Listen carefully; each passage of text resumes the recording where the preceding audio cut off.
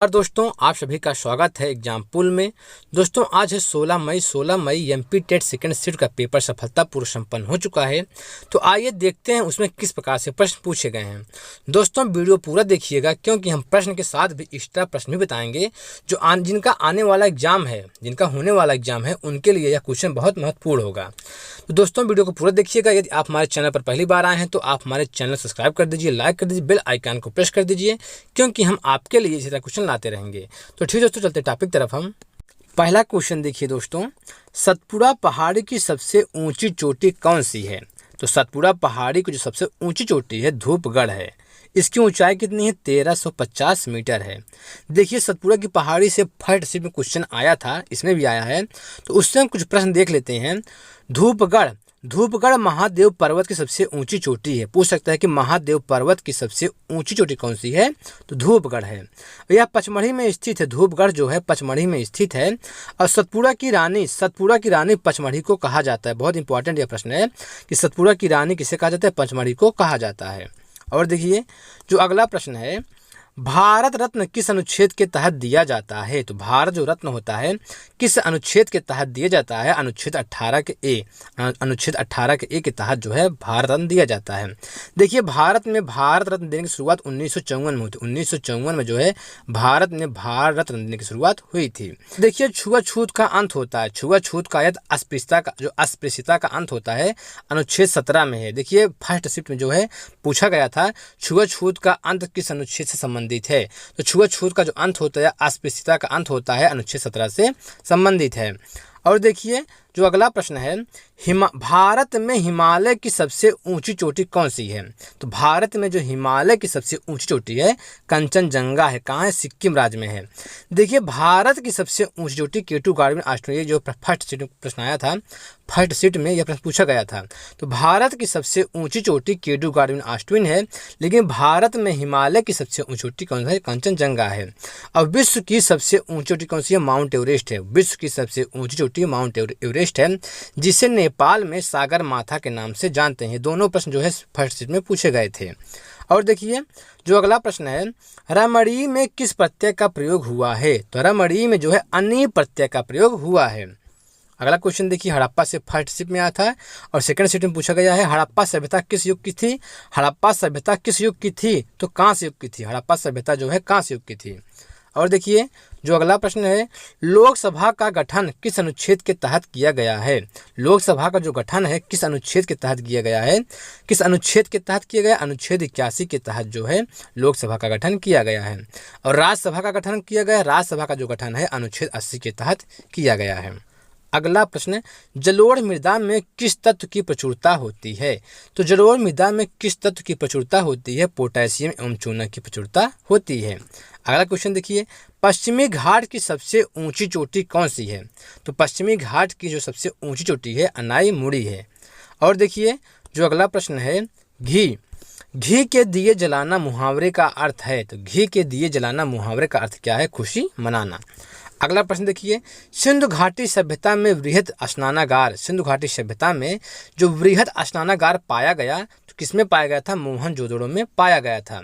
देखिए हड़प्पा सभ्यता से क्वेश्चन आ रहा है तो आप लोग पूरा बढ़िया से पढ़ के जाइए। अगला क्वेश्चन देखिए, बुद्ध के बहुकारक सिद्धांत किसने दिया? तो बुद्ध के बहुकारक सिद्धांत जो है थॉर्नडाइक ने दिया था।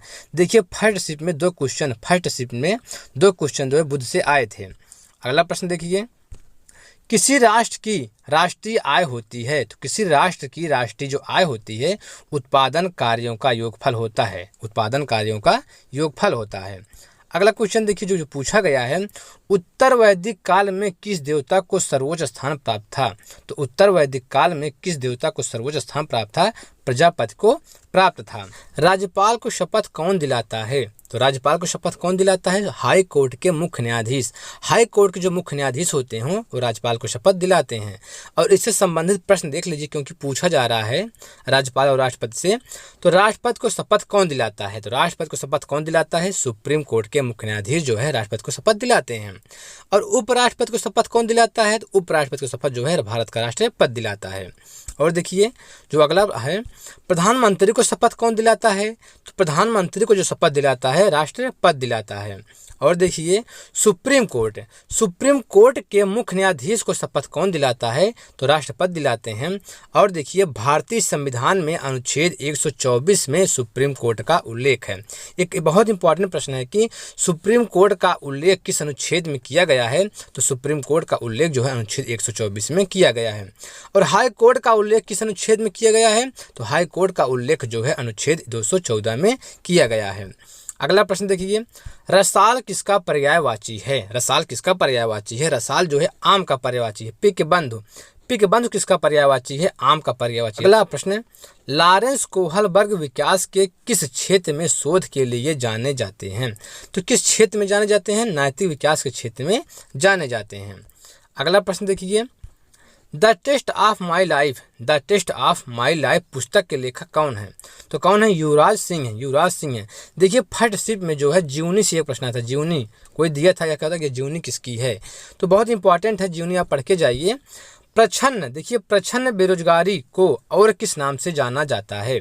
तो प्रच्छन्न बेरोजगारी को और किस नाम से जाना जाता है? अल्प रोजगार के नाम से जाना जाता है। और देखिए जो अगला प्रश्न पूछा गया है, जैन परंपरा के अनुसार जैन धर्म में कुल कितने तीर्थकर हुए? तो जैन परंपरा के अनुसार जैन धर्म में कुल कितने तीर्थकर हुए थे? 24 तीर्थकर हुए थे। अगला प्रश्न देखिए जो पूछा गया है, बंगाल का शोक किस नदी को कहा जाता है? तो बंगाल का शोक जो है दामोदर नदी को कहा जाता है। देखिए जो फर्स्ट शिफ्ट में आया था लूनी नदी से आया था, लूनी नदी से क्वेश्चन आया था। और देखिए और कुछ शोक देख लीजिए, बिहार का शोक कोसी नदी को कहा जाता है। असम का शोक जो है ब्रह्मपुत्र नदी को कहा जाता है। अगला प्रश्न देखिए, मध्य प्रदेश में करेंसी प्रिंटिंग प्रेस कहाँ है? मध्य प्रदेश में करेंसी प्रिंटिंग प्रेस कहाँ है? तो कहाँ है? देवास में है। इसका सही आंसर यही है। अगला प्रश्न, बजट का उल्लेख किस अनुच्छेद में किया गया है?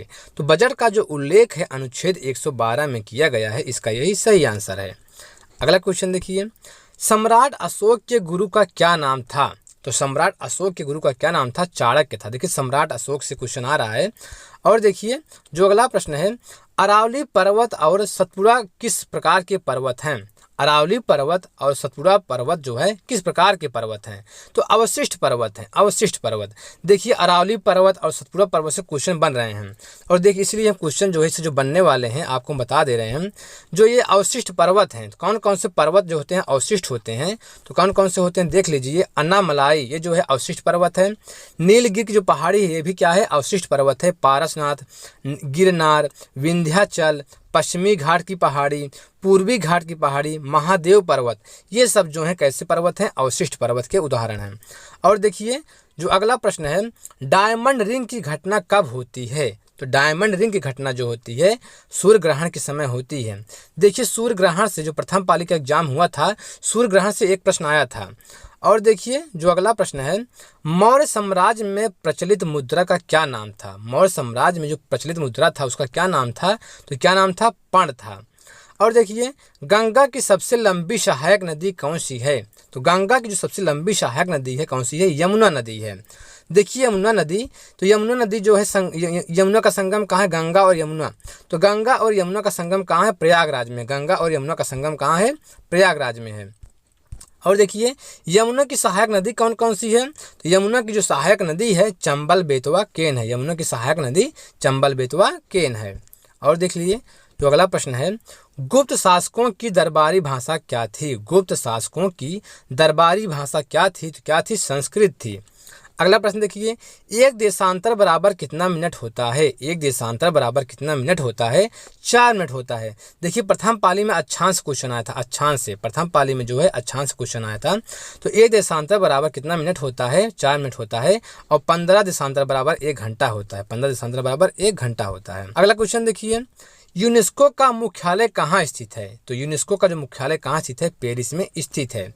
अगला प्रश्न देखिए, संजय नेशनल पार्क किस जिला में स्थित है? मध्य प्रदेश के संजय जो आपका ये संजय नेशनल पार्क है मध्य प्रदेश के किस जिला में स्थित है? सीधी जिला में स्थित है।